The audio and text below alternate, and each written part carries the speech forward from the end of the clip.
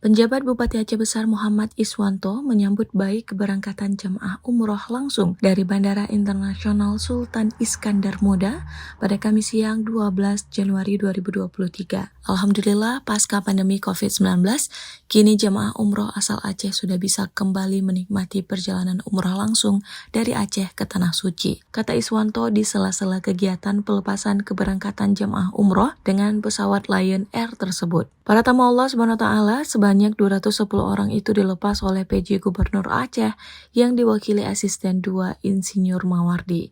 Ia berharap para jemaah umroh dapat menjalankan ibadah secara baik dan sempurna selama berada di Mekah dan Madinah.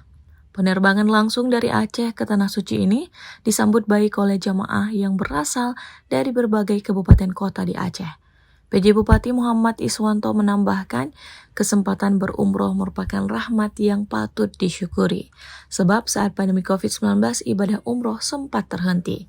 Sementara itu, asisten 2 Setda Aceh Mawardi yakin semua jemaah umroh asal Aceh akan memanfaatkan kesempatan itu untuk beribadah secara maksimal selama di Tanah Suci. Diharapkan jemaah umroh untuk selalu fokus beribadah dan menjaga kesehatan dengan baik.